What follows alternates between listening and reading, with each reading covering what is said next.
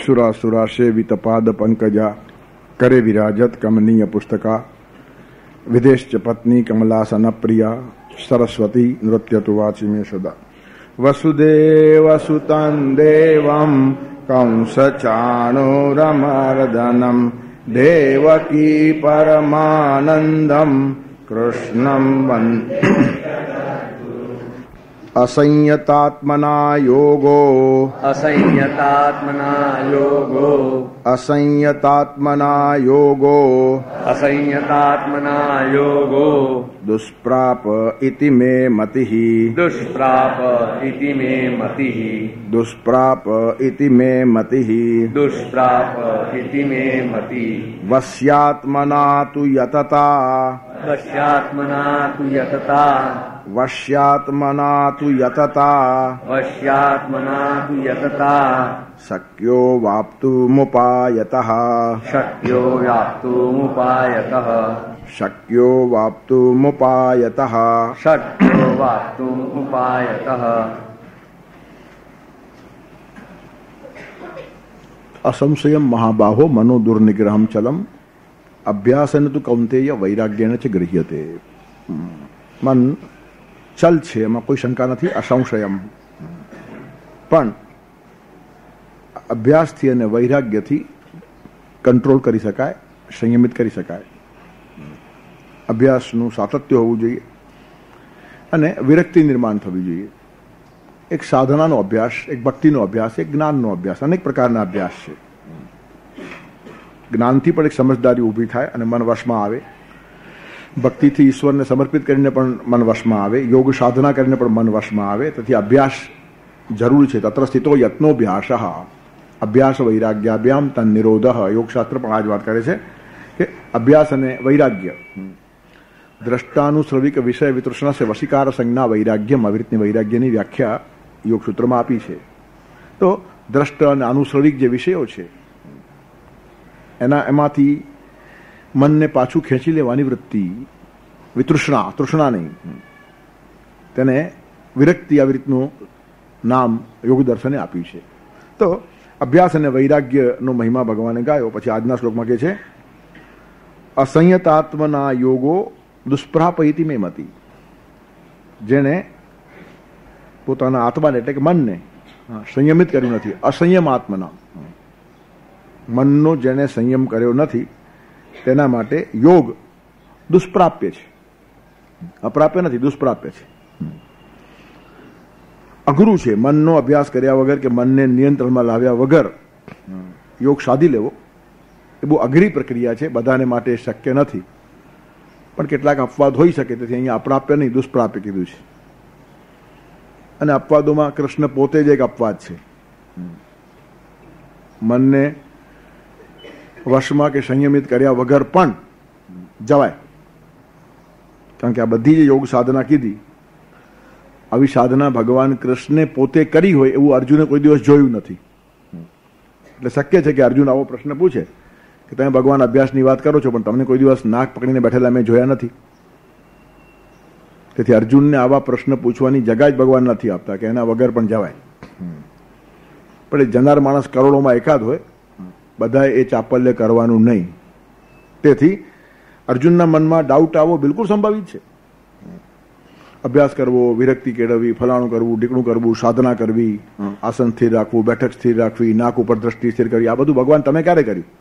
આ સીધો પ્રશ્ન આવે। બંને સાથે તો ઉભા છે એકબીજાની સામે, ત્યારે ડાયરેક્ટ પ્રશ્ન અર્જુન પૂછી નાખ્યા આવું તેના કરતા પહેલા જ ભગવાને વાતને વાળી નાખી છે કે આ બધો જે માર્ગ કીધો એ સરળ માર્ગ છે, સર્વગ્રાહ્ય માર્ગ છે, બહુમતીનો માર્ગ છે।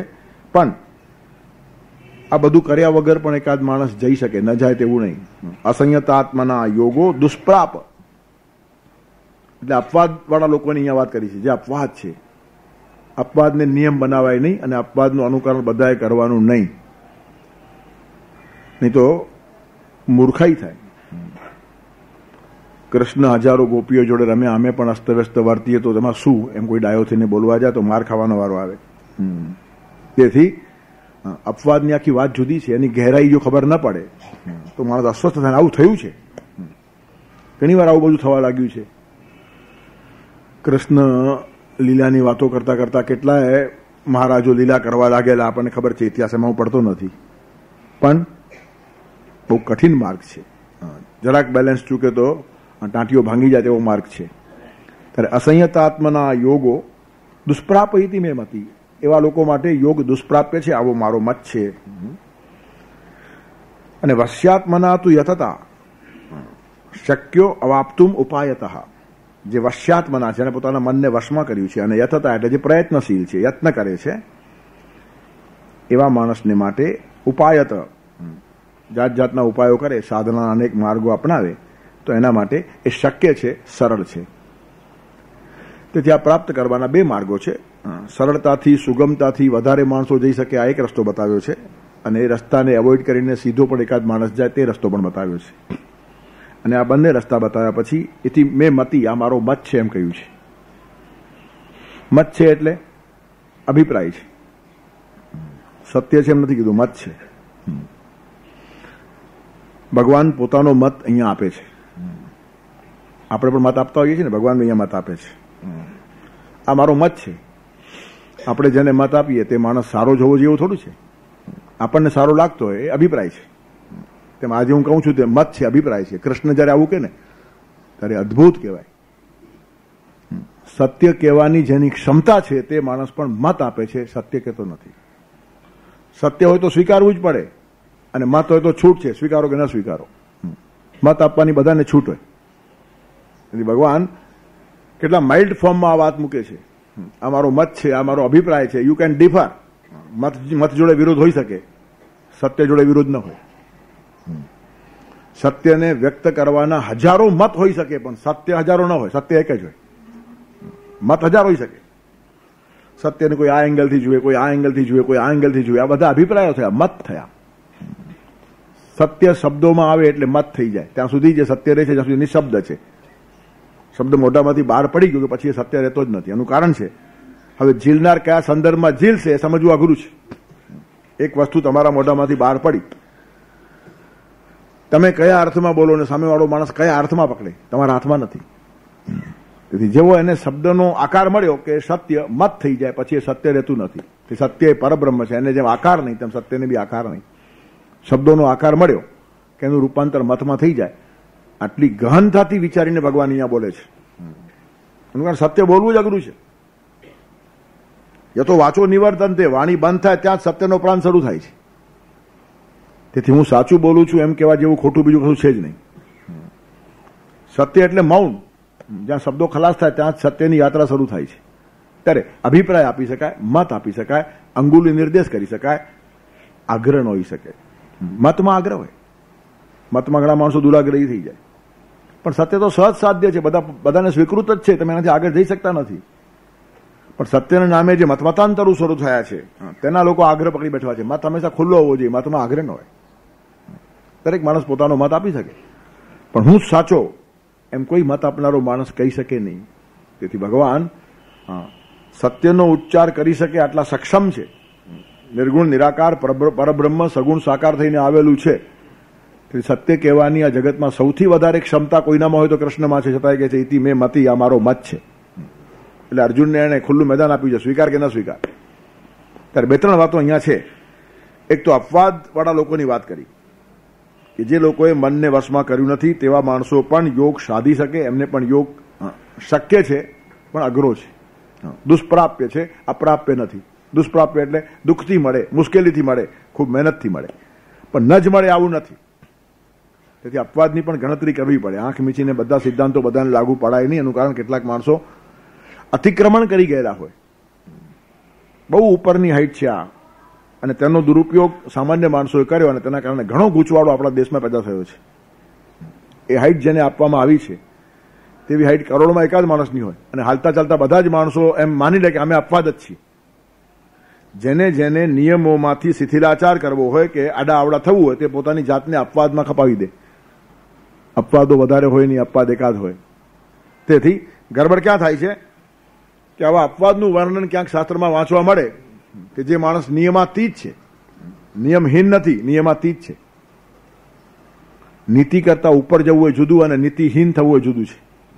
અનીતિમાન માણસ જુદો હોય અને નીતિને અતિક્રમી જાય એ માણસ જુદો હોય. અને કહેવાનું તાત્પર્ય બહુ સાચવીને આ પ્રાંતમાં પ્રવેશ કરવા જેવો છે. ત્યારે અસંયતાત્મના યોગો દુષ્પ્રાપયતિ મેમતી, જે લોકોએ પોતાના મનને વશમાં કર્યું નથી એવા લોકોને માટે યોગ દુષ્પ્રાપ્ય છે, અપ્રાપ્ય નથી.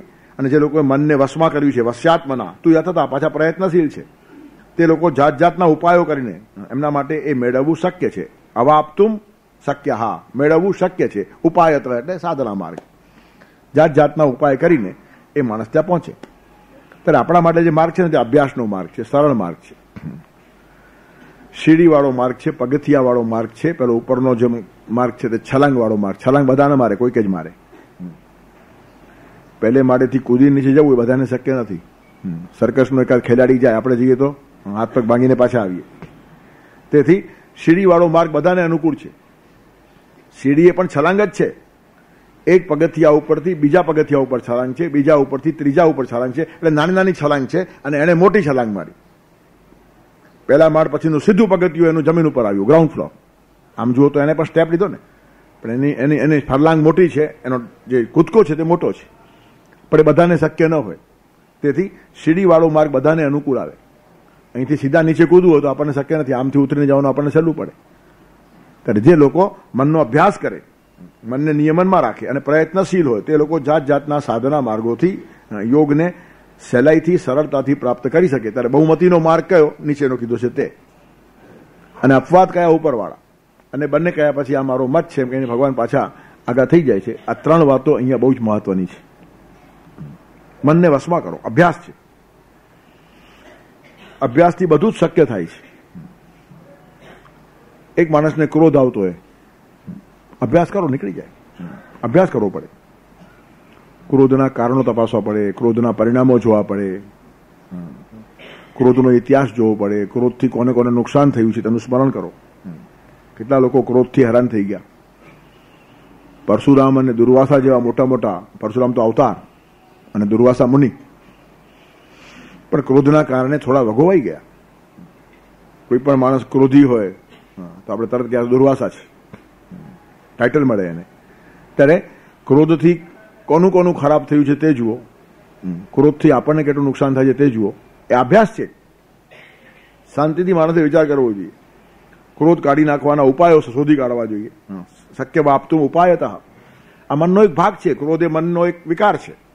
આવા બધા જ વિકારો માટે તમે ટ્રેનિંગ લઈ શકો, પણ એક દાખલા તરીકે આપણે ક્રોધ લઈએ તો એમાંથી બહાર આવવાનો ઉપાય, શાસ્ત્રોમાં ઘણા બધા ઉપાયો આપેલા છે. પણ ઉપાયની સાર્થકતા ક્યારે? જો અમલ થાય તો. આપણે ઉપાયો જાણીએ છીએ પણ અમલ કરતા નથી. ક્રોધ કેમ કાઢી નાખવાનો ખબર છે, પણ એ ખબર છે એટલું જ, એના માટે યથતા પ્રયત્ન નથી. મને ખબર છે ક્રોધ કેમ આવે છે, મને ખબર છે ક્રોધ કેમ નહીં, કાઢ ને. એક ભાઈને કઈ રોગ થયો, દવા લેવા ગયા, વૈદ્યરાજે પડીકા આપ્યા. 4-5 દિવસે વૈદ મળ્યો, તેમને કેમ લાગે છે કે એવું જ છે, કઈ ફેરફાર નથી. તો દવાના પડીકા આપ્યા હતા ને, કે આ ખિસ્સામાં પડે છે. પડીકા ખિસ્સામાં રાખીને રોગ જતો નથી, ખાવા પડે છે. તેમ આપણે બધું મસ્તકમાં રાખીએ છીએ. ક્રોધ કેમ જાય, મને આ શ્લોક આવડે, બોલ્યા કર, ગોખ્યા કર, જિંદગી આખી છે, ક્રોધ નહીં જાય. આ બધા પડીકા ખિસ્સામાં રાખવા વાળી વાત છે. પડીકા ખાવો તો રોગ જાય, તેમ ઉપાયો અજમાવો તો તમે સુધરો અને વિકાસ થાય. પણ આપણે બધા શ્લોક ગોખી રાખીએ, લાઈન બંધ. ક્રોધથી શું શું હાનિ થાય, ક્રોધ એ અગ્નિ છે, બધા વાક્યો ગોખેલા છે, પણ બધા ખિસ્સામાં પડીકા, તેમ મસ્તકમાં પડીકા છે.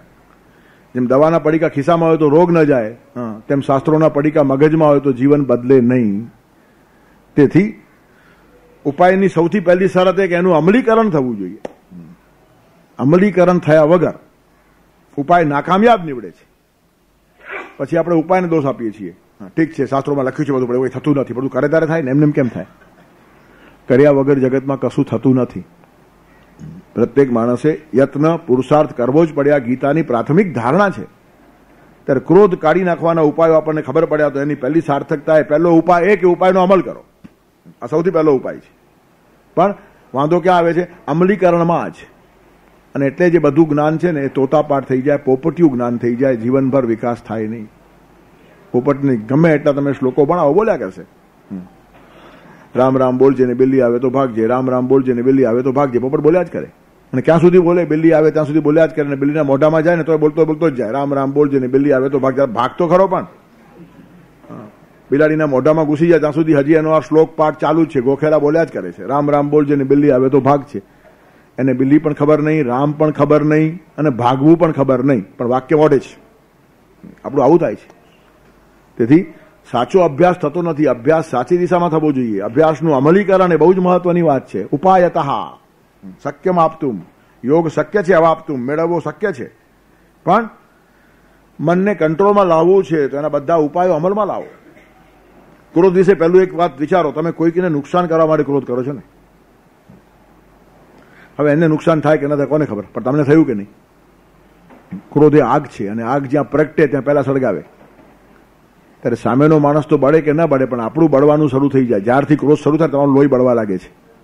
હવે કયો મૂર્ખો આવો ખોટનો ધંધો કરે? બીજા ઉપર ક્રોધ કરવો એટલે પોતાનું લોહી બાળવું. આ એકવાર પાકું થઈ જાય તો ધીરે ધીરે ક્રોધ કરવાનું મન નહીં થાય. કારણ કે એ માણસ તો ભાગ્યો ગયો, ચાલ્યો ગયો. આપણે એને 4 ગાળ આપીએ, ચાલ્યો ગયો, તો પાછો પોતાના કામમાં લાગી ગયો. પણ આપણા મગજમાં હજી આ જ ચાલ્યા કરે છે કે 4 જ ગાળ આપી, હજી 2 વધારે આપી હતી. કાયમ થાય, અને કાયમ બી થાય કે નકામી 4 ગાળ આપી, શું બગાડ્યું તો ઠીક છે, હવે એમ પણ થાય, પસ્તાવો બી થાય. પણ આખરે બધામાં ત્રાસ જ છે ને. ઓછી અપાઈ એનો પણ ત્રાસ છે, ને વધારે અપાઈ ગઈ એનો બી ત્રાસ છે. આમ નહોતું બોલવું જોઈએ, નકામ બોલાઈ ગયું, પછી બળતરા કોને થાય? બોલનારને. ત્યારે નહોતું બોલવું જોયું ને બોલાઈ ગયું એની બળતરા થાય, અને કાં તો હજી વધારે બોલવા જેવું હતું, રહી ગયું થોડું ઓછું, એની બળતરા બી થાય, જેવો માણસ. પણ અલ્ટિમેટલી પરેશાની આપણને છે. આ એક વખત પાકું થઈ જાય ને તો ક્રોધ નીકળી જાય. ક્રોધ કરીને કોઈ દિવસ કોઈનું ભલું થયું હોય તો કોઈ ઇતિહાસ નથી, કોઈનું પણ નહીં. હજારો વર્ષનો ઇતિહાસ જોઈ નાખો. તેથી ક્રોધ નુકસાન કરે છે, આ વાત ધ્યાનમાં રાખો. બીજાને નહીં, આપણને નુકસાન કરે છે, આ વાત ધ્યાનમાં આપણે રાખીએ. તેવી જ રીતનું ક્રોધ કાઢી નાખવાનો સંકલ્પ કરો. રોજ સવારના ઉઠીને પહેલો આ વિચાર કરો કે આજનો આ દિવસ ભગવાને મને ભેટ આપ્યો છે. રોજ સવારના ભગવાન આપણને એક દિવસ ભેટ આપે છે. જે દિવસે નવો દિવસ ભેટ ન મળે તો દિવસે રામ બોલો ભાઈ રામ. આપણે 60-70 વર્ષ કાઢીએ છીએ, એનું કારણ રોજ એક એક દિવસ ભગવાન આપણને આપતા જાય છે. તો બહુ લાંબો વિચાર ન કરો, એક દિવસનો વિચાર કરો કે આજનો આ દિવસ ભગવાનની ભેટ છે, મારે એને બગાડવો નથી. ત્યારે આજે તો ક્રોધ નહીં જ કરું, કાલની વાત કાલે. હવે આજે ક્રોધ નહીં કરું એમ તમે જો નક્કી કરશો ને તો કાલ કોઈ દિવસ આવતી જ નથી. રોજ ઉઠીને વિચાર કરો આજે ક્રોધ નહીં કરું, કાલે કરીશ. પણ તમે કાલ પાસે પહોંચ્યા એટલે પાછી આજ થઈ ગઈ, એ કાલ રહેશે જ નહીં. અને એટલે જ વેપારીઓ બોર્ડ મારે છે, આજે રોકડા કાલે ઉધાર. એનું કારણ કાલ આવે જ નહીં. તમે જ્યારે જાઓ ત્યારે આજે જ હોય ને. તો આપણે બી આટલું જ કરો ને, આજે ક્રોધ નથી કરો, પછી ખલાસ, કાલે છોડીશ નહીં એને. પણ આવતીકાલે સવારના પાછું નક્કી થશે આજે ક્રોધ નહીં કરું, કાલે છોડીશ નહીં. આજે ક્રોધ નહીં કરું, કાલે છોડીશ નહીં. 60 વર્ષ નીકળી જશે, ક્રોધ થશે જ નહીં. તેથી માત્ર આજ પૂરતા કોન્સન્ટ્રેટ થઈ જાઓ કે આજના આખા દિવસને મારે ભગવાને આપેલી ભેટને બગાડવી નથી. મારે કંઈ અસ્તવ્યસ્ત બોલવું નથી, અસ્તવ્યસ્ત વિચારવું નથી, અસ્તવ્યસ્ત વર્તવું નથી. ત્યારે આજનો દિવસ જ ખાલી મારે સાચવી લેવાનો છે. એમ રોજ સવારના માણસ વિચાર કરે તો આ એક અભ્યાસ છે. ધીરે ધીરે ક્રોધ જાય. મારે કાયમી ક્રોધ કાઢી નાખવો નથી, પણ આજે કરવો નથી. મારે કાયમી ક્રોધ કાઢી નાખવો નથી, પણ આજે કરવો નથી. એમ જો તમારું પાકું થઈ જાય ને તો આજ કરતા 80 વર્ષ થઈ જાય અને ક્રોધ કરવાનું રહી જાય. વિલંબ કરો. શુભસ્ય શીઘ્રમ, સારા કામમાં ઉતાવળ કરો, ખોટા કામમાં વિલંબ કરો. વિલંબ કરો તેનો રસ ઘટે, એની તાકાત ઘટે. તેથી હંમેશા ક્રોધ એ વિલંબ કરવા જેવી ચીજ છે. ટાઈમ પાસ કરી નાખો. કાલક્ષેપથી ક્રોધ ઘટી જાય. ક્રોધ હંમેશા ઉતાવળમાં થાય. ત્યારે તેજો દ્વેષ છે, નફરત છે, આ ક્રોધનો બાપ છે, અને ઉતાવળ છે ને ક્રોધની માં છે. ક્રોધ હંમેશા ઉતાવળમાં જ થાય. ઉતાવળના પેટમાંથી જ ક્રોધ જન્મે. જરાક શાંતિ રાખો, ક્રોધ ઠરી જાય. તેથી કોઈ કામમાં ઉતાવળ ન કરો અને કોઈના પ્રત્યે નફરત ન રાખો. નફરત એ ક્રોધનો બાપ છે ને ઉતાવળ એની માં છે, અને બંનેથી મારે બચવું છે. તેથી કોઈના માટે નફરત નહીં, કોઈના માટે ઘૃણા નહીં. તો અભ્યાસ કરો, બધામાં પરમાત્મા છે અને ગપવું નથી. ભગવાન સર્વસચ્ચાહમ હૃદય સન્નિવિષ્ટો, એક એક માણસમાં હું વસું છું. ત્યારે જેના ઉપર ક્રોધ કરો છો ને એમાં ભગવાનનું પ્રતિબિંબ જોશો, ભગવાનની છાયા જોશો તો ક્રોધ નહીં થાય. અને ઉતાવળ ન કરો. ઉતાવળમાં હંમેશા બગડે. ઉતાવળમાં કોઈ પણ કામને વળ ચડી જાય, એવું ગૂંચવાઈ જાય, પછી ઠેકાણે પડે જ નહીં. તેથી વગર વિચાર્યું જે કરે તે પાછળથી પસ્તાય. ત્યારે અસ્તવ્યસ્ત વાક્યો બોલી નાખવાના, પછી વર્ષો સુધી પસ્તાય કરવાનું. એક દિવસની ભૂલ માટે 25 વર્ષ પસ્તાવો કરવો પડે, આવી ભૂલ કરાય ખરી જીવનમાં? તેથી દાપણ અને આપણું હિત ઈચ્છતા હોઈએ ને તો પણ ક્રોધ કરવા જેવો નથી. આ બધા અભ્યાસના વિષયો છે. બધા જ વિકારો માટે આવું થઈ શકે. ક્રોધ ખાલી ટોકન તરીકે સમજવામાં સહેલું પડે એટલે. પછી આપણું ધાર્યું થતું નથી એટલે ક્રોધ થાય. પણ આપણું ધાર્યું શા માટે થવું જોઈએ?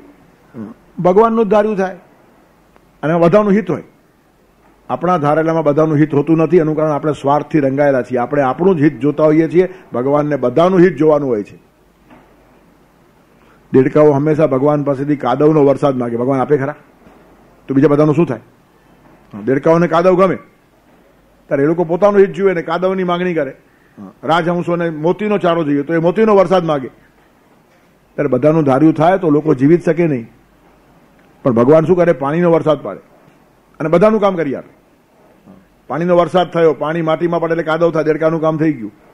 સ્વાતિ નક્ષત્રમાં સુકતી છીપમાં પાણીનું બિંદુ જલાઈ જાય, મોતી બની ગયા, રાજહંસનું કામ થઈ ગયું અને લોકોને પીવા પાણી મળ્યું અને અનાજ મળ્યું. ત્યારે પાણી નાખીને બધાનું કામ ભગવાને કર્યું. હવે દેડકાઓ ખાલી ખાલી ક્રોધ કરે, ભગવાન અમારું સાંભળતા નથી ને કાદવનો વરસાદ નાખતા નથી. શું અર્થ છે એને? તેથી ઈશ્વર જે કરે તે સારા માટે. આ વાત જો નક્કી થઈ જાય ને તો ક્રોધને જગા જ નથી.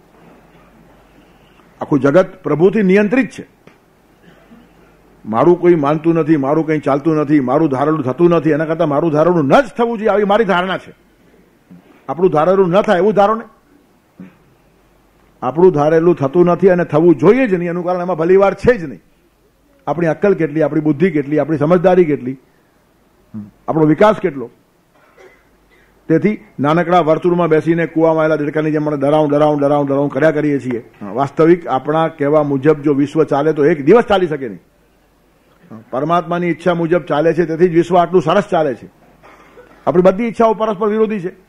કોની ઈચ્છા માનવાની? શેઠ અને ચોર બંને મંદિરમાં ભગવાનને પગે લાગવા જાય, બંને પ્રાર્થના કરે. ચોર કે છે ભગવાન ધ્યાન રાખજે, ચોરી કરી છે, પકડાઈ ન જાઉં, 1.25 કિલો પેંડા. અને શેઠ કે છે મારા ઘરમાં ચોરી થઈ છે, પકડાઈ જાવ, 1.25 કિલો બરફી. ભગવાન બરફી ખાય કે પેંડા ખાય? બંને બાજુમાં ખભો લગાડીને ઉભા છે અને પ્રાર્થના કરે છે. એક ચોરી ન પકડાય તેની પ્રાર્થના કરે છે અને એક ચોરી પકડાય તેની પ્રાર્થના કરે છે. તેથી આપણી પ્રાર્થનાનું ઠેકાણું નહીં, આપણા સ્વાર્થનું ઠેકાણું નહીં, આપણી બુદ્ધિનું ઠેકાણું નહીં, સમજદારીનું ઠેકાણું નહીં. અને આપણે નકામાં હાલી મળ્યા છીએ કે મારું ધારેલું થતું નથી.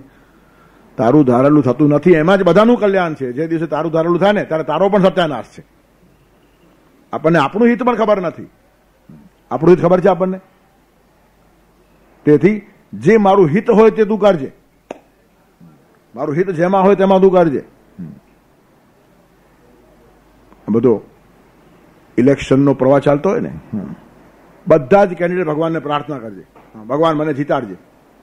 પણ જીતવામાં તારો સત્યાનાશ હોય તો ભગવાન ન પણ જીતાડે. જીતવામાં ફાયદો છે એવું કોને કીધું? છકી જાય, ઠેકાણે ન રહે, ભ્રષ્ટાચારી થઈ જાય, લાંચ રૂશ્વત ખાઈને આવતીકાલે જેલમાં પણ જાય. એ બધું ભગવાનને દેખાતું હોય તો તને હરાવીને પણ ભગવાન તારું કલ્યાણ કરી શકે. તેથી હું જેમ ઈચ્છું એમ થાય એ અધુરાશ છે. તેથી અભ્યાસ આ કરવાનો છે. હું શું ધારું ને વળી તું શું ધારે, અહીં ધારેલું કોઈનું થતું નથી, ઈશ ઈચ્છા વિન ડગલું ભરાતું નથી. પરમાત્માની ઈચ્છા મુજબ આખું વિશ્વ ચાલે છે. તમારો ક્રોધ ખલાસ થઈ ગયો, જગા જ નથી ક્રોધને. આપણે ધારીએ છીએ તે થતું નથી માટે ક્રોધ થાય છે, પણ આપણું ધારેલું ન થાય એમાં આપણું પણ હિત છે. સમાજનું હિત છે, રાષ્ટ્રનું હિત છે, નહીં આપણું પણ હિત છે. જે દિવસે આપણું ધારેલું થશે ત્યારે ઉલટા આપણે નુકસાનમાં હશું. એક માણસે ભગવાન પાસે છોકરો માંગ્યો, એને છોકરો હતો જ નહીં. પછી બહુ પાછળ પડી ગયો એટલે ભગવાને મોટી ઉંમરે દીકરો આપ્યો. અને મોટી ઉંમરે આવ્યો એટલે પછી વધારે લાડકોડમાં ઉછેરે ને, માન મળ્યો છે એટલે પછી કંઈ ધ્યાન રાખ્યું નહીં, લાલન જ કર્યું, પાલન કર્યું જ નહીં, અને લાડકોડમાં છોકરો બગડે. એ જ છોકરો 21મી વર્ષે બાપની છાતી ઉપર લાત મારીને ઉભો રહ્યો. ત્યારે પાછો બાપ મંદિરમાં ગયો, ભગવાન અમારું કયા જન્મનું પાપ? ભગવાન કે કોઈ જન્મનું પાપ નહીં, આ જન્મની રોઈ પીડા. તું મારી પાછળ પડે તો આ પાપ કરીને લે આવે જો ખાક. ત્યારે આપણે માગીએ તે આપણા હિતમાં છે કે નહીં એ પણ આપણને ખબર નથી, અને કારણ વગરના આપણે ક્રોધે ભરાઈએ છીએ. ત્યારે ક્રોધને જગા જ નથી. આ એક અભ્યાસ છે. તેથી ક્રોધ કરીશ તો કોઈનું કલ્યાણ થયું નથી, આ ઇતિહાસ છે. ક્રોધથી સામેવાળો માણસ બળે કે નહીં ખબર નથી, હું તો બળું છે એ વાત નક્કી છે. તેવી રીતનો ક્રોધમાં વિલંબ કરો, ટાળતા જાઓ. આજે ક્રોધ કરીશ નહીં, એક દિવસ ભગવાને બક્ષિસ આપી છે, આજનો દિવસ મારે સારો જ રાખવો છે, એમ રોજ સવારના સંકલ્પ થાય ને તો આખું જીવન સારું થઈ જાય. બેટરી જેવું છે, 10 ફૂટ પ્રકાશ પડે, વળી આગળ જવા 10 ફૂટ પ્રકાશ પડે, એમ આજ સુધરી, વળી આજ સુધરી, વળી આજ સુધરી, એમ કરતા કરતા જીવનની અંતિમ મંજિલે માણસ પહોંચી જાય. આ બધો જ અભ્યાસ છે. અભ્યાસ એને તો કૌંતેય વૈરાગ્યેન ચ ગૃહ્યતે. મનને વશમાં કરવા માટે આ બધા અભ્યાસો છે. પરમાત્મા છે, God is in his heaven and also right with the world, ભદ્રં તદ વિશ્વમ યદવંતિ દેવાહા. ઈશ્વર સૃષ્ટિ ચલાવે છે ને બધું જ મંગલકારી છે. આ એક વખત મગજમાં વાત બેસી જાય તો ક્રોધ ધીરે ધીરે વિદાય લઈ જાય. તેવી રીતનું કામ, ક્રોધ, લોભ બધા જ વિકારો આવી રીતના છે. લોભ પણ નીકળી જાય. શેનો સંગ્રહ કરવાનો? જો એક દિવસ બધું છોડવાનું જ છે, જિંદગીભર છોડવાની ટેવ નહીં રાખી હોય તો છેલ્લી ઘડીએ બધું છોડતા કેટલો ત્રાસ થશે એનો વિચાર માણસ ધ્રુજી જાય. પણ તમારે અબજો રૂપિયા હશે પણ એક ઝાટકે છોડવા પડશે. મર્યા પછી એક નવો પૈસો તમારા ભેગો આવતો નથી. તો તેના કરતા અવારનવાર દાન કરીને છોડવાની ટેવ રાખી હોય ને તો છેલ્લે આંચકો પણ ન લાગે અને છોડવા જેવું પણ ઓછું જ રહ્યું હોય. એનું કારણ પહેલાથી છોડાઈ ગયું હોય. જીવનભર જે માણસ દાન કરતો હોય ને એને મરતી વખતે આંચકો આવતો નથી. એનું કારણ એને છોડતા ખબર છે, છોડવાનું જ છે, ત્યારે છોડવાનો અભ્યાસ છે. અને છેલ્લે બાકી બધું જ એક સાથે છોડવું નથી પડતું. એનું કારણ પહેલા જ બધી વ્યવસ્થા કરેલી છે. સારા કામો બધું ખર્ચેલું છે, નિરાશ છે આપણને. હવે છેલ્લે બાકી થોડું ઘણું છે તે ઠીક છે, સંભાળશે પાછળ વાળા. પણ છેવટ સુધી આમ ગાંઠ મારીને બેઠો હોય તે માણસને છેલ્લે બાકી બહુ ત્રાસ થાય. તેથી લોભ પણ અંતિમ આપણને પજવે છે એ માણસના ધ્યાનમાં આવવું જોઈએ. તેથી છોડવાનો અભ્યાસ, આ બી એક અભ્યાસ છે. અભ્યાસ એને તો કૌંતેય વૈરાગ્યેન ચ ગૃહ્યતે. તમે મંદિરમાં જઈને કંઈ મૂકો છો, બ્રાહ્મણોને દક્ષિણા આપો છો, ગાયો માટે કશું કરો છો, ગરીબ વિદ્યાર્થીઓ માટે કરો છો, કોઈ ઠેકાણે કંઈ કરો છો, આ બધું છોડવાનો અભ્યાસ છે. તેથી મનને વશમાં લેવાનું હોય તો આ બધી ટેવો મનને પાડવી પડે. આ બધા જાતના અભ્યાસ છે. તેથી કામ, ક્રોધ, લોભ, બધા જ વિકારોને ધીરે ધીરે કેમ કાઢવાના એના માટે શાસ્ત્રકારો આપણને બહુ સરસ ગાઈડન્સ આપે છે. ત્યારે એક સરળ માર્ગ છે. વશ્યાત્મના તુ યતતા શક્યો અવાપ્તુમ ઉપાયતઃ. જે વશ્યાત્મના છે, જે પ્રયત્નશીલ છે, તેને જાતના ઉપાયોથી મનને વશમાં કરવું શક્ય છે. અને એના માટે યોગ સહેલો છે, સરળ છે. તેથી આ રાજમાર્ગ છે. ઉપરનો માર્ગ છે ને એ રાજમાર્ગ થઈ શકતો નથી. નીચેનો માર્ગ હાઈવે છે. કોઈ પણ માણસ એના ઉપર ગાડી ડ્રાઈવ કરી શકે. અને પેલા જાડી ઝાંખરા છે, જંગલ છે, પહાડ ઉપરના પ્રવાસ છે. આ બધા તેથી ઉપરનો માણસ જુદો, નીચેના માણસો જુદા. બંને માટે ભગવાને પોતાનો મત આપ્યો છે કે નીચેના લોકો માટે આ વાત સહેલી છે. એનું કારણ સતત આ લોકો અભ્યાસ કરતા રહે છે. ક્રોધ આવ્યો તો એના કારણો જોઈએ, એના કાઢવાના ઉપાયો જોઈએ, એનો ઇતિહાસ જોઈએ, પોતાનું નુકસાન જોઈએ, ફાયદા જોઈએ. આ બધો અભ્યાસ માણસ ધીરે ધીરે શાંતિથી બેસીને કરે. અને એટલે જ 10-20 મિનિટ માણસે દિવસમાં રોજ શાંત બેસવું જોઈએ કે આપણને કયો વિકાર પજવે છે, શા માટે પજવે છે, એ વિકારમાં એવું તો શું છે એની પાછળ હું પડી ગયો છું, આ કઈ મારી કમજોરી છે, આ મારી કઈ વીકનેસ છે. અને આટલું જ નહીં, આપણા જ પ્રયત્નથી આ બધી વાતો શક્ય થતી નથી. માટે ભગવાનનો સાથ લો એટલે ભક્તિ આવી. તેથી ભગવાનને માતૃ સ્વરૂપ કલ્પ્યા છે. દીકરો મા પાસે પ્રેમથી રડી શકે ને મા પાસે માગી શકે. મા પાસે માગનારો હલકો પડતો નથી. માતૃ હસ્તે ને ભોજનમ, માના હાથે જમેલું એ પ્રસાદ છે. તેથી જનોઈ એટલે જનોઈ તો પહેલો મા પાસે જાય. ભગવતી ભિક્ષાન દેહી કે પહેલું મા પાસે માગવાનું, કારણ ત્યાં નિરાશ થવાનો વારો જ ના આવે. તેથી ભગવાનને તમેવ માતા છે પિતા તમેવ કહે, પહેલા માતા કીધી છે. તો ભગવાન માં છે. એની પાસે રોજ પ્રાર્થના કરો કે ભગવાન મારે ક્રોધ કાઢવો છે પણ મને એકલાને શક્ય નથી, તું મારા ભેગો આવે ને તો આ કામ થાય. તેથી એની કૃપા યાચો. આપણે એક જરૂરી વાત છે, ભક્તિ પણ જરૂરી છે, અભ્યાસમાં આવી જાય. હું આજનો દિવસ બગાડીશ નહીં એ મારો સંકલ્પ છે, પણ છતાં બગડી જાય છે. એનું કારણ ભગવાન તારો સાથ લેવાનું ભૂલી જાઉં છું. ઘણા સાધકો ભગવાનને બોલાવતા જ નથી કે અમને ભક્તિ જોડે લાગે વળગે જ નહીં. પછી અથડાઈ જાય, કૂટાઈ જાય, ખરડાઈ જાય ત્યારે ભાન પડે. તેથી આટલો અવેલેબલ માણસ 24 કલાક આપણી જોડે હાજર હોય એનો ઉપયોગ ન કરી તો આપણે જો મૂર્ખ કોણ. તેથી ભગવાનનો બી સાથ લો. જે વિકાર પજવતા હશે ને ભગવાનને કહો આ વિકાર બહુ પજવે છે અને મારા એકલાના પુરુષાર્થથી કંઈ થાય નહીં અને મને ખાતરી છે, હું ચોક્કસ પુરુષાર્થ કરીશ, બેસી ના રહીશ. યથાતા હું યત્નશીલ છું, પણ એમાં તારી કૃપા ભળવી જોઈએ. Ascending human efforts and descending grace of God. અને એટલે કૃપાની વાત આવી. પુષ્ટિ માર્ગમાં કૃપાનું અતિ મહત્વ છે. પોષણમ તદ અનુગ્રહ. પુષ્ટિ એટલે ભગવાનની કૃપા, ભગવાનનો અનુગ્રહ. પુષ્ટિ એટલે હૃષ્ટપુષ્ટ થવું નહીં. ઘણા માણસો કે પુષ્ટિ માર્ગમાં લાડવા ખાઈને પુષ્ટ થાય, આવું નથી. પુષ્ટિનો અર્થ કૃપા છે, પુષ્ટિનો અર્થ અનુગ્રહ છે. અને ભગવાનની કૃપા અને અનુગ્રહ હોય તો પુષ્ટ થાય જ માણસ, એમાં શું છે? પણ એ લાડવાની પુષ્ટિ નથી, એ ભગવાનના પ્રસાદની પુષ્ટિ છે. પ્રસાદ અસ્તુ પ્રસન્નતા. ત્યારે કહેવાનું તાત્પર્ય શું છે કે ભગવાનનો સાથ લેવાનો. ભક્તિ એ પણ અભ્યાસનો એક ભાગ છે. આપણે એકલા બહુ કમજોર છીએ. સંસાર સાગર છે, એકલે તરાય ના. ઈશની સહાય વિના પાર ઉતરાય ના. જીવન નૈયાનું સુકાન એને સોંપજે, મનડું પ્રભુના ચરણમાં તું રાખજે. ભગવાનના ચરણમાં મન રાખી દો, ધીરે ધીરે મન સાફ થાય. મનનો અભ્યાસ છે. તેથી ભક્તિને પણ એવોઇડ ન કરો અભ્યાસમાં. હું અભ્યાસ કરીશ, હું સાધના કરીશ, હું ફલાણું કરીશ, પણ ભક્તિ વગરનો માણસ લુખો અને સૂકો થઈ જાય અને સાધનામાં માર ખાઈ જાય. તેથી પરમાત્મા આપણને સાચવે અને હી ઇઝ એવર રેડી. પરમાત્મા વાટ જ જુએ જ્યારે બોલાવીએ એની, અને બોલાવતા જ નથી. એ નવરો જ માણસ છે. આમ જુઓ તો એટલો બધો કામમાં છે, એક સેકન્ડની ફુરસદ નથી. અને આમ જુઓ તો સાવ નવરો છે, કશું કામ જ નથી એને. અને એ જ મહત્વની વાત છે. Busy main can always find time, but a lazy main can never find time. ખૂબ કામમાં હોય તેની પાસે ઘણો ટાઈમ હોય, અને આળસુ માણસ પર ટાઈમ હોતો જ નથી. મને ટાઈમ નથી એમ કહેનારા માણસો મોટે ભાગે આળસુ હોવાની સંભાવના છે. પ્રવૃત્તિશીલ માણસ, કામ કરનારો માણસ તમને ટાઈમ આપી શકે. એનું આયોજન છે કે 4 દિવસ પછી આવો, હમણાં મને કામ છે.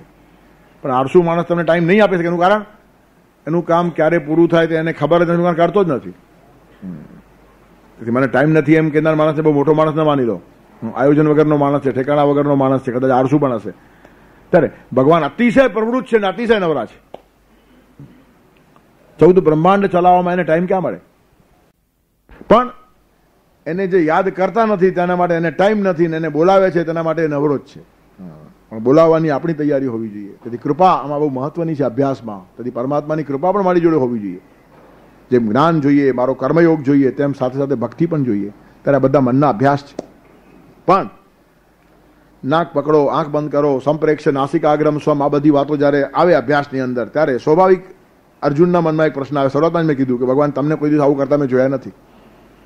કૃષ્ણ ભગવાન આંખ મીચીને ધ્યાન કરતા બેઠા હોય, કે નાક પકડીને બેઠા હોય, કે સોમવાર, શનિવાર, મંગળવાર કે 11નો ઉપવાસ કર્યો હોય, તેવું અર્જુને ક્યારે જોયું નથી. તો તમે અભ્યાસનું ખાલી ગામને ઉપદેશ કરો છો. પરોપદેશે પાંડિત્યમ. ભગવાન તમે ક્યારે ઉપવાસ કર્યો? એકે મંગળવાર કર્યો મારા ધ્યાનમાં નથી. હા, એક પણ 11 કરી હોય ભગવાને, તેવી અર્જુનને ખબર નથી.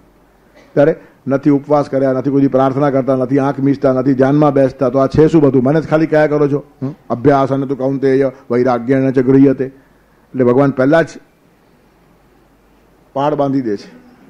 અસંયતાત્મના, જેને મનને વશમાં નહીં કર્યું તે માણસ પણ જાય, સીધો છલાંગ મારીને જાય. એને સાધના બાધના અભ્યાસની કશી જરૂર નથી. પણ એ માર્ગ બહુ કઠિન છે, અતિશય દુષ્કર માર્ગ છે.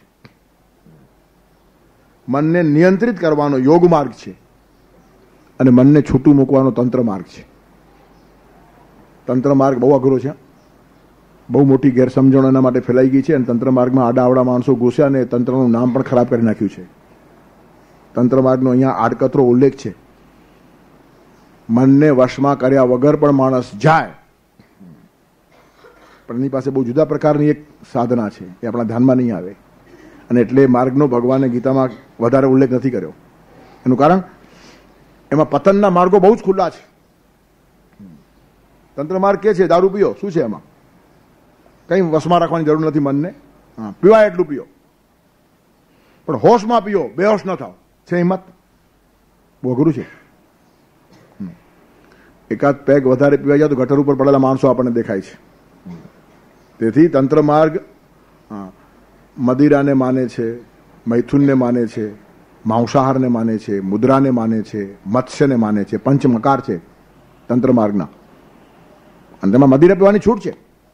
પીઓ ને કોણ ના પાડે? જેટલું પીવાય એટલું પીઓ, પણ બેહોશ ન થતા પીઓ. બહુ જ અઘરું છે, કોઈકને જ શક્ય હોય. શંકરાચાર્ય એમના શિષ્યો જોડે ભિક્ષા માગવા જતા હતા.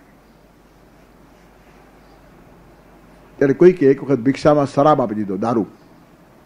જે મળે તે ભિક્ષામાં તો પરમાત્માએ જે આપ્યું તે લેવાનું. એમાં કંઈ મત તો હોય નહીં, એમાં આગ્રહ હોય નહીં, પસંદગી હોય નહીં, નો ચોઇસ. એક ઘરેથી પણ લેવાય નહીં ને જે માગીને પણ લેવાય નહીં. આ આપો તેમાં આપો, તમે ચોઇસ કહો તો પછી તમે હોટલમાં જઈને ઓર્ડર આપ્યો એના જેવું જ થયું ને.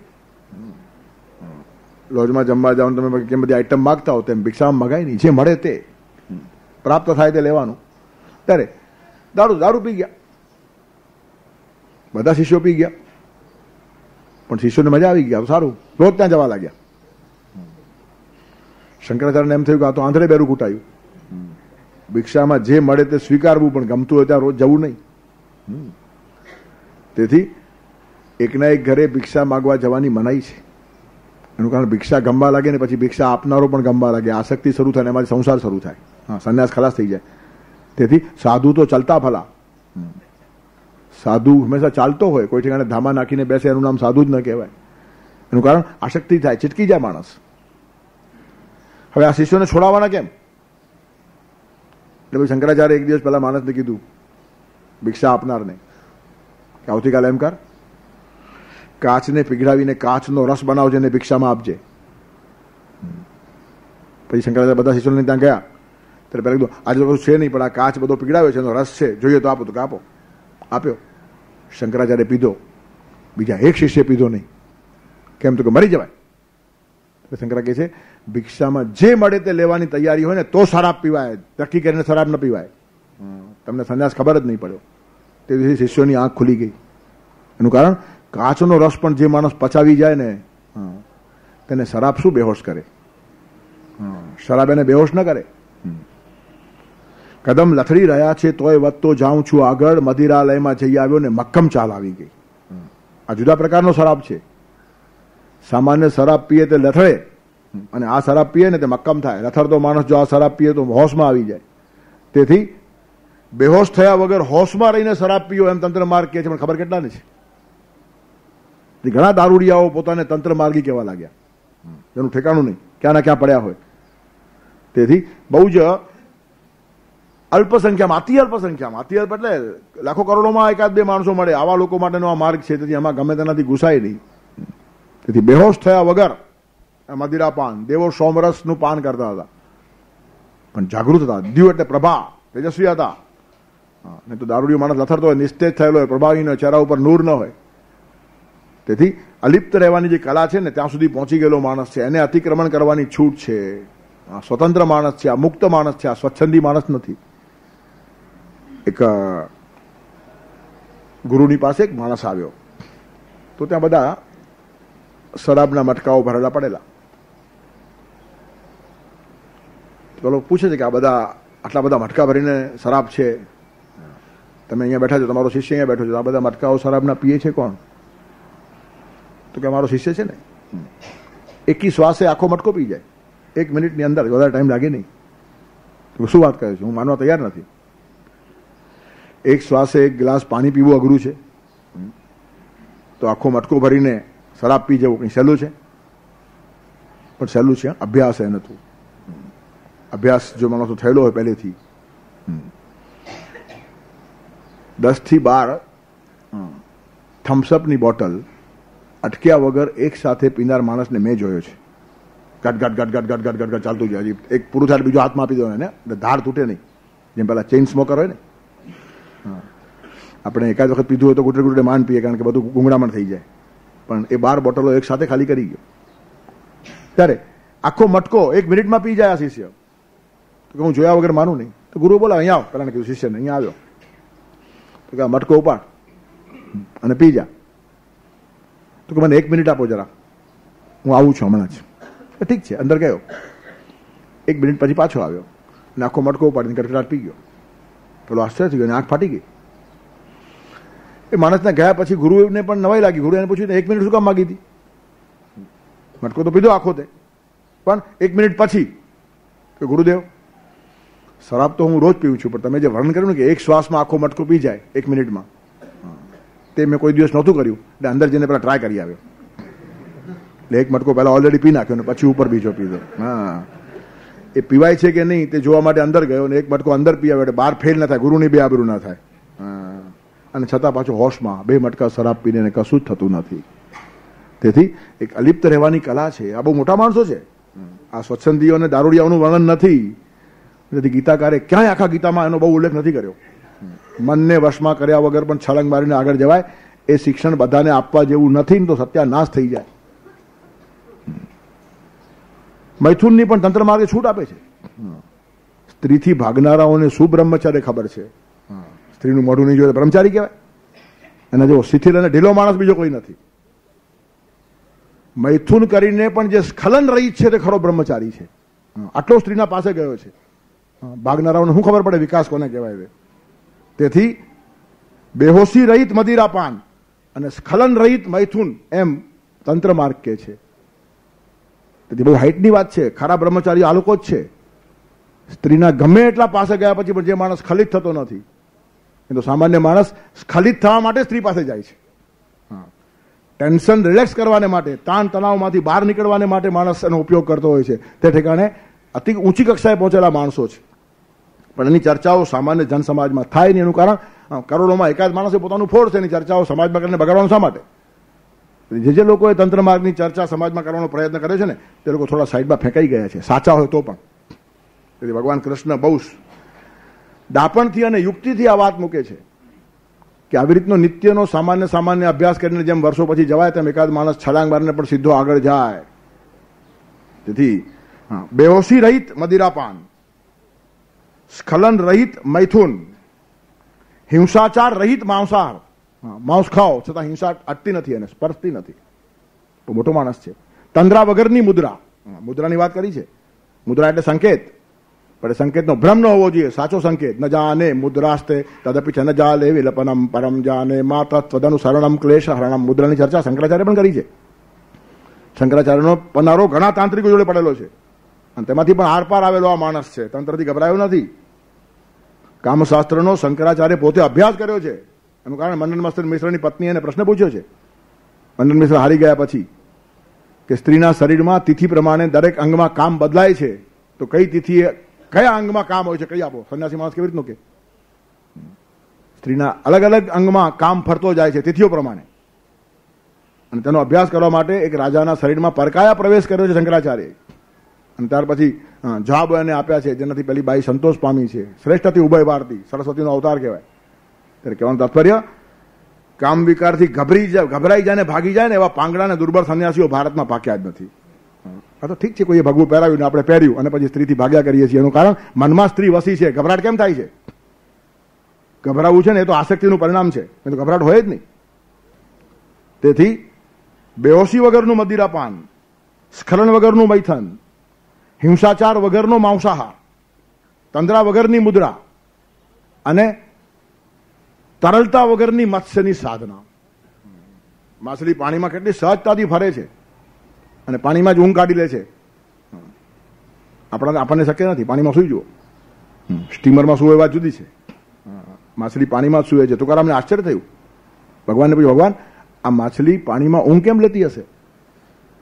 તેથી તંત્ર માર્ગ કઈ સામાન્ય માર્ગ નથી, બહુ ઊંચો માર્ગ છે. પણ કોઈને પચે નહીં એટલે એની ચર્ચાઓ જાહેરમાં કરવાની નહીં. આવો સંકેત ભારતીય ઋષિઓએ પકડ્યો છે. અને આટલી હાઈટ જેની આવશે એ સમજી લેશે, પણ જેને જગતનો વિષય ન બનાવો. અને જે લોકોએ બનાવવાનો પ્રયત્ન કર્યો છે તેને સમાજ સ્વીકારી શક્યું નથી. એનું કારણ આમ સમાજની આ ધારણા નથી. તેથી અસંયત આત્માના, મનને વશમાં કર્યા વગર પણ સીધો માણસ કૂદી જાય. એનું કારણ એની આખી ધારણાઓ જ જુદી છે. કાદવમાં જો કમળ ખીલી શકે તો ક્રોધમાંથી શાંતિ નિર્માણ કેમ ન થાય? કામના અને વાસનામાંથી પ્રાર્થના નિર્માણ કેમ ન થાય? કામના અને વાસના ખરાબ નથી. કમળની નિર્મિતિ કાદવમાં જ થાય છે, તેમ ભક્તિ વાસનામાંથી પ્રગટે. ખાલી દિશા ફેરવવાની જરૂર છે. અને એટલે જ રત્નાવલીમાં આસક્ત તુલસીદાસ થઈ શકે. અનેક લોકોને કાપનારો વાલીઓ જ જલ્દી વાલ્મીકી થાય. એનું કારણ ખાલી દિશા બદલવાની જરૂર હતી. ત્યારે કહેવાનું તાત્પર્ય શું છે? એક જુદા પ્રકારની સાધના ઉપરની પંક્તિમાં ભગવાન સમજાવે છે. ભગવાન બુદ્ધ જયારે વિહરતા હતા ત્યારે એક ગામમાંથી બીજા ગામમાં જવાના હતા. રસ્તામાં લોકોએ એને કીધું કે આ જંગલમાં જવા જેવું નથી. કેમ? તો કે અંગુલીમાલ નામનો એક ભયંકર શૈતાન ચારે છે. મારી જ નાખે છે માણસોને, ખતમ કરી નાખે. અને આટલું જ નહીં, એને પ્રતિજ્ઞા કરી છે કે 1000 માણસોને મારી નાખીશ અને એમના બધી આંગળીઓની માળા બનાવીને પહેરીશ. તેથી અંગુલીની માળા જે પહેરે તેને કહેવાય અંગુલીમાલ. તેથી આંગળીઓ પરોવતો જાય બધાની અને એની પાછી માળા બનાવવાની. તે 999 માણસો મારી ચૂક્યો છે. હવે કોઈ એ જંગલમાં જતું નથી. 1000માની રાહ જુએ છે. તમે જવાની ભૂલ ન કરો. હવે તો જન્મ પર આવ્યો છે, કારણ વર્ષોથી એને 1000મો માણસ મળતો નથી અને એની આ સાધના અધૂરી છે.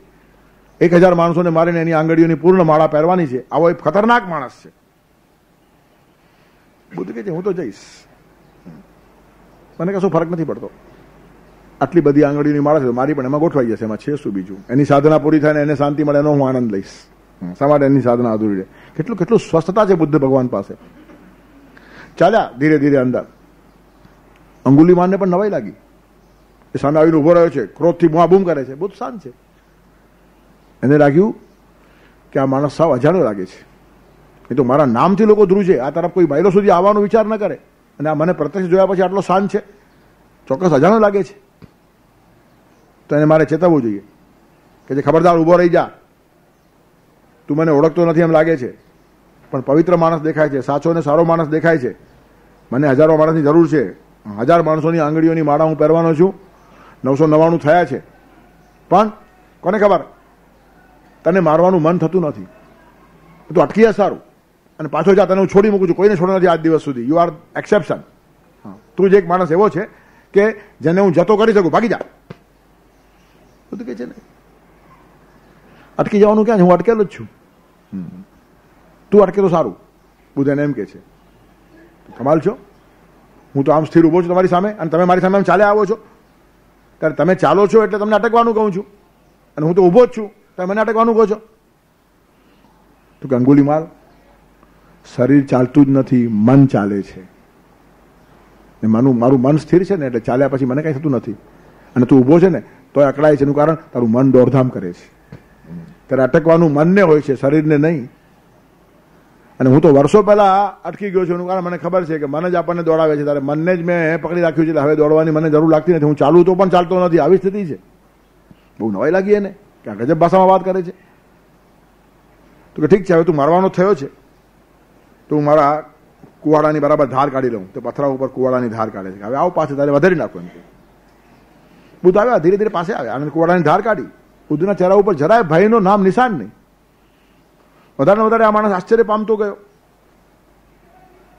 બુદ્ધ કહે છે કે હું મરવા તૈયાર છું, એનું કારણ તારો યજ્ઞ પૂરો થાય, 1000 લોકોને મારીને આંગળીઓ તને માળા પહેરવાની છે, 999 થઈ ગયા છે, 1000માં હું, મને કંઈ વાંધો નથી, પણ એક નાનકડી મારી વિનંતી છે, ઈચ્છા છે, મરતા માણસની ઈચ્છા પૂરી કરવી પડે ને. કે હા એમાં શું છે, તમે કોને, તમને તો હું જવા દેવા પણ તૈયાર છું, આટલો કોને ખબર મને એક ભાવ ઉભો થયો છે, તો તમારી ઈચ્છા પૂરી કરીશ. તો કે આ ઝાડ ઉપરથી થોડાક પાંદડા તોડ, આને કુવાડો લીધો, તોડ્યો, બેચા દાઢી તોડી નાખી, પાંદડા શું જોઈએ એટલા પાંદડા લો. તો કે હવે એમ કર, પાછી ડાળીઓ ઝાડમાં જોડી દે. તો કે એ કેમ થાય? તો પછી તોડવું તો બહુ સહેલું છે, જોડે તે મોટો માણસ. જે ડાળીઓ તું જોડી શકતો નથી તે ડાળીઓને તોડવાનો અર્થ શું છે? જે માણસોને તું જીવન આપી શકતો નથી તેમના જીવનો લેવાનો અર્થ શું છે? અને શા માટે તારું જીવન બગાડે છે? તે દિવસે એને પોતાની અસહાયતાનું ભાન થયું કે ઝાડ ઉપરથી તોડેલી એક ડાળી પણ પાછી લગાડવાની મારામાં હિંમત નથી. એની આંખ ખુલી ગઈ અને સાષ્ટાંગ પ્રણામ કર્યા બુદ્ધના ચરણોમાં એણે કે તમે મને આજે મારી આંખ ખોલી રાખી કે ઝાડ ઉપર તૂટેલું એક પાંદડું પણ પાછું લગાડવાની મારી ક્ષમતા નથી. ત્યારે ભગવાનને લગાડતા બધા મસ્તકો કાપતો ગયો આજ દિવસ સુધી. કેટલું મારું ભયંકર પાપ થયું છે. લાંબો થઈને સૂઈ ગયો. ત્યારે બુદ્ધ કહે છે તું ઉપલબ્ધિને પામ્યો, પહોંચી ગયો તું. બધા શિષ્યોને આશ્ચર્ય થયું કે અમે વર્ષોથી આંટા મારીએ છીએ ના પહોંચી ગયો. બુદ્ધની જોડે શિષ્યો વર્ષોથી ભરતા હતા, કોઈ 30 વર્ષથી, કોઈ 40 વર્ષથી, કોઈ 35 વર્ષથી, બધાને અકળામણ થઈ. અને આ માણસ આટલા બધા માણસોને મારીને બેઠેલો માણસ, અને એક ખાલી પગે લાગ્યો અને બુદ્ધ કહે છે પહોંચી ગયો. શિષ્યો બધા અકળાઈ ગયા, મનમાં મૂંઝાઈ ગયા. પણ એ મસ્તક નમાવીને પાછો ઉઠ્યો ને, આટલું બધું પરિવર્તન કે અંગુલીમાન હતો જ નહીં. જેના ચહેરા ઉપર ક્રોધ હતો એના ચહેરા ઉપર કારુણ્ય પ્રગટ્યું. જેના હાથ કઠોર હતા વધેરી નાખે, તેના હાથ એટલા કોમળ થઈ ગયા કે કોઈ દિવસ દાઢી ઉપરથી એને એક ફૂલ પણ ન તોડ્યું હોય. આટલું પરિવર્તન એક જ ઝાટકે આવ્યું. એનું કારણ એને સીધી છલાંગ મારી 25-50 પગથિયા ઉતરવા ગયો નહીં. પણ એ બધાને શક્ય નથી. છલાંગ મારવાનો જે રસ્તો છે તે ઉપરનો છે. અસંયતાત્મના યોગો દુષ્પ્રાપયતિ મેમતિ. આ દુષ્પ્રાપ્ય છે, આ સરળ નથી. ત્યાર પછી તો એવું થયું કે અંગુલીમાલ બુદ્ધ પછીનો નેક્સ્ટ માણસ થઈ ગયો. એટલે બધા શિષ્યોની અંદર રાગદ્વેષ પેદા થયો, ઈર્ષ્યા પેદા થઈ. કારણ કે અમે આટલા સિનિયર ને આજનો આવેલો જુનિયર માણસ એકદમ બુદ્ધ પછીનો નેક્સ્ટ માણસ, એટલે વોટ ડઝ હી મીન? ત્યારે બધાને બહુ ક્રોધ આવ્યો, બહુ ચીડ આવી એના ઉપર. અને કેટલાકે પૂછ્યું પણ ખરું બુદ્ધને કે ભગવાન તમે અમારી જોડે તમારી જોડે અમે આટલા વર્ષોથી ફરીએ છીએ, અમને ઉપલબ્ધિ નહીં, અને આ માણસ ઉપલબ્ધ થયો, પહોંચી ગયો, પામી ગયો એમ તમે કહો છો. ત્યારે બુદ્ધ હસતા હસતા કહે છે કે તમારા મનમાં અંગુલીમાલને મારી નાખવાનો વિચાર તો ચાલતો નથી ને? ત્યારે શિષ્યો કહે છે તમને ખબર કેમ પડી ગઈ? ત્યારે બુદ્ધ કહે છે કે આટલા બધા લોકોને મારીને પણ એણે નથી માર્યા અને તમે ન મારીને પણ માર્યો છે. એનું કારણ મનથી મારવું ને એ જ મારવું છે. એ ખાલી તનથી કાપતો હતો, પણ જયારે મન જાગ્યું ત્યારે સમજી ગયો વાતને, અને તમે તો મારા ભેગા ખાલી આટા માર્યા છે, હજી પણ મનમાંથી આ દુર્વૃત્તિઓ ગઈ નથી. ત્યારે ઉપલબ્ધિ કઈ સહેલી વાત નથી. તનથી જે ક્રિયાઓ થાય બહારની તેની કોઈ અસર નથી. ઇન્વોલ્વમેન્ટ મનનું છે. મન કાઢી લો તો મદિરા, મૈથુન, મત્સ્ય, મુદ્રા કે માંસ કોઈ તમને સ્પર્શે નહીં. આ તંત્ર માર્ગ છે, અલિપ્ત રહેવાની કલા છે, અને તે ભગવાન કૃષ્ણ સિવાય બીજો કોઈ સમજાવી શકે નહીં. એનું કારણ મારીને પણ તું મારતો નથી. અર્જુનને કહેનાર કૃષ્ણ છે, ઉભા છે રણ મેદાનની અંદર, નહીં તો ન ઉભો રહે. આ રસ્તો ખબર ન હોય ને તો લડાઈમાં આવે કે? હિંસાથી ગભરાનારો માણસ યુદ્ધના મેદાનમાં ન ઉભો રહી શકે, અને યુદ્ધના મેદાનમાં ઉભો રહીને ગીતા કહી શકે છે આ એનું સ્વાસ્થ્ય છે. તેથી કૃષ્ણની પાસે જ આ ક્ષમતા છે, અને આટલી ક્ષમતા હોવા છતાં કે છે ઇતિ મે મતિ, આ મારો મત છે, સત્યનો સાક્ષાત્કાર છે, છતાં મત છે એમ કહીને ઉભા રહે છે ને, આ નમ્રતા અદભુત છે. તેથી અલિપ્ત રહેવાની કલ્પનાથી અંગુલીમાલ તરી ગયો, અને પછી શિષ્યોને કહે છે કે અંગુલીમાલ ઉપલબ્ધ થયો છે ને, તમને ખાલી હું કહું છું એમ નહીં, તમને પણ એનો પરિચય થશે. કારણ કે માણસ બદલાય એટલે ફરક પડે, કહેવાનું થોડું જોઈએ. આ માણસ બદલાયો છે એના પર પાઠી થોડું મારાય છે. એના આચરણમાં, એના વર્તનમાં દેખાય પરિવર્તન થઈ જાય સીધું જ. એ સડન ચેન્જ છે. બહુ ગામથી ઉપમા કહેવાય, પણ સમજવાને માટે આપું. મહિનામાં સ્ત્રીને જયારે માસિક ધર્મ આવે ને 4 દિવસ, એટલે ઓચિંતાની જે સ્ત્રી કે મને અડશો નહીં. હવે વાત કે હવે તો કોમન થયું છે, હવે અડવા બીડવાનું રહ્યું જ નથી, પણ એક કાર્ડ એવો હતો કે માણસ અલગ થઈ જાય. Sudden change. એનો નાનકડું બાળક હોય ને એને પણ કે અહીંયા નહીં આવતો, અને આવો તો કપડાં ફેંકી દે પછી આવ. 1 વર્ષનું 2 વર્ષનું બચ્ચું પણ તો કપડાં કાઢીને મા પાસે જઈ શકે. બાળકને ખબર નહીં પડે શું ચેન્જ થયો છે, એને જ ખબર છે. હવે આ તો બહુ સ્થૂળ ઉપમા કીધી, પણ આ અંદરનો ચેન્જ પણ આવો જ છે, સડન થાય, ઓચિંતાનો. અને ચેન્જ ખબર ના પડે, એના પાટિયા લગાડવાના ન હોય. એ પરિવર્તન તાત્કાલિક થાય, એ છલાંગ છે, કૂદકો છે. ત્યારે અસંયતાત્મના યોગો દુષ્પ્રાપૈતિ મે મતિ. ભગવાન કહે છે કે આપણને એક રસ્તો શક્ય છે. પછી એક ગામમાં ગયા, ત્યાં બુદ્ધ અંગુલીમાલને કહે છે કે બધાને ઘરે જઈને ભિક્ષા માંગી આવો. હવે એના નામથી જ લોકો ધ્રુજે. ત્યારે બધાએ ફટાફટ બારણા બંધ કરી નાખ્યા. એ જંગલમાં રહેતો હોય ત્યાં કોઈ ન જાય તો એને ઘરમાં કોણ આવવા દે? ત્યારે બધા બારણા બંધ, અને આટલું જ બધા ઉપર ચડી ગયા. નીચે પણ કોઈ રહેવાની, રસ્તા ઉપર એક માણસ નહીં. બિચારો બધે ફરતો જાય, ભિક્ષા માગતો જાય. બધાને નવાઈ પણ લાગી. પછી કેટલાકને તો ચીડ પણ હતી, ઘૃણા પણ હતી, કારણ કે કેટલાક એમના માણસો બી કપાઈ ગયા છે ને 1000માં. ત્યારે પથરાઓ મારવાની શરૂઆત કરી. અગાસીમાંથી બધા પથરા ફેંક્યા એના ઉપર. લોહી લુવાણ થઈ ગયો, પડી ગયો.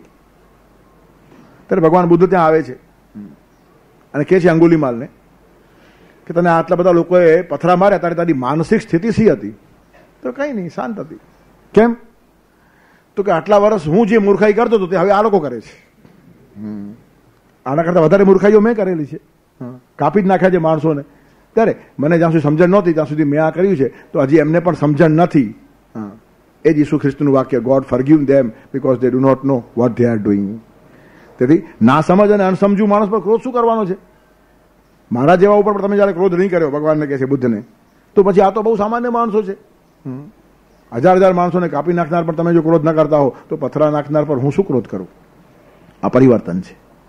તેથી અંગુલીમાલ ઉપલબ્ધિને પામ્યો છે એમ બધા શિષ્યોને ખાતરી થઈ ગઈ કે એનો વિકાસ જોઈને પણ આપણને બળતરા થઈને એને મારવાનું મન થયું. ત્યારે લોકો એને પથરા મારે તો પણ એની મનસ્થિતિ બદલાતી નથી. આ કેટલો પહોંચી ગયેલો માણસ છે. તેથી અસંયતાત્મના યોગો દુષ્પ્રાપૈતિ મે મતિ. અસંયમાત્મા, જેને આત્માને મનને વશમાં કરવાનો કોઈ અભ્યાસ કર્યો નથી, પણ ઓચિંતાનો ચેન્જ આવે શક્ય છે. સડન ફ્લાઇટ જેને કહેવાય, સડન એનલાઇટનમેન્ટ અને ગ્રેજ્યુઅલ એનલાઇટનમેન્ટ. નીચેના માણસોનું ગ્રેજ્યુઅલ છે, ઉપરનાનું સડન છે. નીચેના માણસો રાજમાર્ગથી જાય છે, સીડી ઉપરથી ઉતરે છે અને આ સીધો 5મે માળેથી છલાંગ મારે છે અને એને કશું થતું નથી. એનું કારણ સહજતાથી શરીર છોડવું જોઈએ. એ છોડતા આપણને આવડતું નથી. આપણને વાગે છે આપણી અકળાઈના લીધે. તમે ઉપરથી પાડો નહીં વાગે, જો પકડવાની કોશિશ નહીં કરો તો. બહુ અઘરું છે. નાનું બાળક દિવસમાં 10 વાર પડે છે અને પાછું ઊભું થાય છે, કંઈ થતું નથી. એનું કારણ એ શરીરને પકડતું નથી. અને આપણો જરાક પગ લાગશે ને ફ્રેક્ચર થાય છે. એનું કારણ બચાવવાની કોશિશ કરીએ છીએ. આપણી અકળાઈ જ આપણને મરાવે છે. દારૂડિયાઓ દારૂના નશામાં ગટર ઉપર પડે છે, પણ કોઈ દારૂડિયાનું ફ્રેક્ચર થયું કોઈ દિવસે? એનું કારણ દારૂના નશામાં એ પોતાના શરીરને પકડવાનો પ્રયત્ન નથી કરતો. ત્યારે મુસીબત કોણ ઊભી કરે છે? આપણો જ અહંકાર, આપણી જ અકળાઈ. આપણે જ આપણા દુશ્મન છીએ. ભગવાનના ભરોસે શરીર છોડ્યા પછી ફ્રેક્ચર ન થાય તો જીવનમાં નુકસાન કેમ થાય? છલાંગ તે જ માણસ મારી શકે જે બાલ સહજ થઈ જાય, જેના એફર્ટ્સ ખલાસ થયા. નીચેના માણસો એફર્ટ્સ કરે છે સંયત આત્માના, વશ્યાત્માના, અને ઉપરના માણસના એફર્ટ્સ ખલાસ થયા એટલે એ પરમાત્માને સોંપીને ઉભો રહ્યો છે. બાળકો ફ્લેક્સિબલ છે, જેમ તેમ પડી જાય ને આપણે જેમ તેમ નથી પડતા. ધ્યાનથી પડીએ છીએ એટલે બરાબર વાગે. તમે બિલકુલ શરીરને પકડ્યા વગર પહેલા માળથી પડી જાઓ, તમને નહીં વાગશે, ઓછું વાગશે, પણ શક્ય જ નથી. એનું કારણ છે પકડ્યા વગર રહેવાય જ નહીં. મોટરનો એક્સિડન્ટ થાય ને, ખબર પડે કે થાય છે, ત્યારે મોટા ભાગના માણસો મોઢા ઉપર હાથ રાખી દે. એનું કારણ કમસે કમ મોઢાને નુકસાન ન થાય. વિકૃત ચહેરો સમાજને કેમ બતાવાય? એટલે આપણા બધા જ પ્રયત્નો શરૂ થઈ જાય મેક્સિમમ બચાવ કેમ થાય એના માટેના. તેથી નાનું બાળક દિવસમાં 10 વાર પડીને પાછું હસતું રમતું ઊભું થઈ જાય છે. એનું કારણ પોતાની જાતને બચાવવાની કોઈ જાગૃત કોશિશ એની નથી. અને દારૂડીઓ પણ લથડતા ઘણી વાર પડી જાય છે, પણ ભાગ્યે જ તમને કોઈને ફ્રેક્ચર થયેલું જોવા મળશે. ત્યારે ફ્રેક્ચર ક્યાં થાય છે? અકળાઈમાં. ફ્રેક્ચર ક્યાં થાય છે? અહંકારમાં. ફ્રેક્ચર ક્યાં થાય છે? આપણી દાપણમાં. તેથી ઉપરનો માર્ગ બહુ અઘરો છે. છોડવો સહેલો નથી. દાપણ છોડવો, અહંકાર છોડવો, આગ્રહ છોડવો, પછી માંસ શું, મદિરા શું, મૈથિન શું, મત્સ્ય શું, મુદ્રા શું, કશું એને નડતું નથી. એનું કારણ એને અકળાઈ છોડી છે. પછી એ બધા સાધન બંધ થઈ જાય.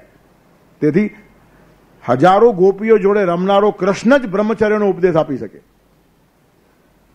રણની અંદર હજારો માણસોને મારી નાખવાનો અર્જુનને ઉપદેશ આપનાર માણસ જ ગીતા કહી શકે. અને આ મહત્વની વાત છે. તેથી આ માર્ગનું ઉદાહરણ કહ્યું તો સામે કૃષ્ણ પોતે ઉભા છે.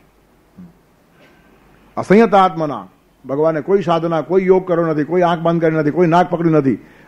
સ્થિરમાસનમ આત્મન શુચૌ દેશે પ્રતિષ્ઠાપ્ય સ્થિરમાસનમ આત્મન નાત્યુચ્છ્રિતમ નાતિ નીચમ ચૈલાજીન કુશોત્તરમ. પણ એ રાજમાર્ગ છે, બધાને બતાવવું પડે. એનું કારણ છલાંગ મારવાની બધામાં હિંમત હોતી નથી. કહેવાનું તાત્પર્ય શું છે કે મનને જે લોકો વશમાં કરતા નથી એના માટે યોગ દુષ્પ્રાપ્ય છે, અપ્રાપ્ય નથી, અઘરો છે. બીજું, જે લોકો મનને વશમાં કરે છે, પ્રયત્નશીલ છે, તે લોકો જુદા જુદા ઉપાયોથી યોગને પ્રાપ્ત કરી શકે, શક્ય છે. અને આ પાછો મારો મત છે, મારો આગ્રહ નથી. હું સત્ય કહું છું એમ પરમાત્મા નથી કહેતા, હું મારો મત આપું છું. અને મતની જોડે ડિફર થઈ શકાય. તેથી કૃષ્ણ ભગવાન ઇઝ ઓલવેઝ પ્રિપેર્ડ, હંમેશા તૈયાર છે. વિમૃશ્ય તે તથેષેણ યથેષ તથાકૃ. આખી ગીતા કહીને કહે છે એના પર વિચાર કર અને ઠીક લાગે તેમ કર. આગ્રહ નથી. મત એટલે અભિપ્રાય, અને અભિપ્રાય બદલી શકે. અભિપ્રાય સામેનો માણસ ન માને તો પણ ચાલે. આ મારો અભિપ્રાય છે, તારો અભિપ્રાય જુદો પણ હોઈ શકે. તેથી આટલી નમ્રતા પાછી છે. તેથી બે મોટા માર્ગો અહીંયા બતાવ્યા. એક બહુમતીનો માર્ગ બતાવ્યો અને એક અતિ અલ્પમતી, અતિ લઘુમતી જેને કહીએ આપણે, તદ્દન લઘુમતી. લાખો કરોડોમાં એકાદ બે માણસો જ્યાં જાય તે માર્ગ પણ એમને કીધો છે. પણ એ ખતરનાક માર્ગ છે છલાંગ મળે તરત જ. પણ એના માટે બહુ મોટી અપેક્ષાઓ છે. પોતાની જાતને છોડી દેવી, અકળાઈ છોડી દેવી કે રમતની વાત નથી. અને જે છોડી દે ને એને કશું જ નડતું નથી. એ માણસ મુક્ત ફરતો હોય ત્યારે અસંયત આત્મના યોગો દુષ્પ્રાપયથી મેવતી વશ્યાત્મના તું યથતા શક્યો વાપતું વપાયતા. પછી અર્જુનને થોડાક પ્રશ્નો ઉભા થાય છે કે આ બધી સાધના અભ્યાસ કરીએ પણ એક જીવનમાં અભ્યાસ પૂરો પણ ન થાય અને વચ્ચે છોડીને જઈએ તો પછી શું હાલત થાય? એના પ્રશ્નો જે અર્જુન પૂછે છે તેનું આપણે પાલન કરી રાખશું આવતા રવિવારને માટે. અર્જુન ઉવાચ અયતિ શ્રદ્ધયોપેતો યોગાચલિતમાનસઃ અપ્રાપ્ય યોગ સંસિદ્ધિમ કામ ગતિમ કૃષ્ણ ગચ્છતિ કચ્છિન્નો ભય વિભ્રષ્ટઃ છિન્ના ભ્રમિવ નશ્યતિ અપ્રતિષ્ઠો મહાબાહો विमूढो ब्रह्मणः पथि एतन्मे संशयं कृष्ण छेतुमर्हस्य शेषतः त्वदन्य संशयस्यास्य छेत्ता न युपपद्यते वसुदेवसुतं देवं कंसचाणूरमर्दनं देवकी परमानन्दं कृष्णं वन्दे जगद्गुरुं गुरुर्ब्रह्मा गुरुर्विष्णु गुरुर्देवो महेश्वर गुरुः साक्षात् परब्रह्म तस्मै श्री गुरवे नमः।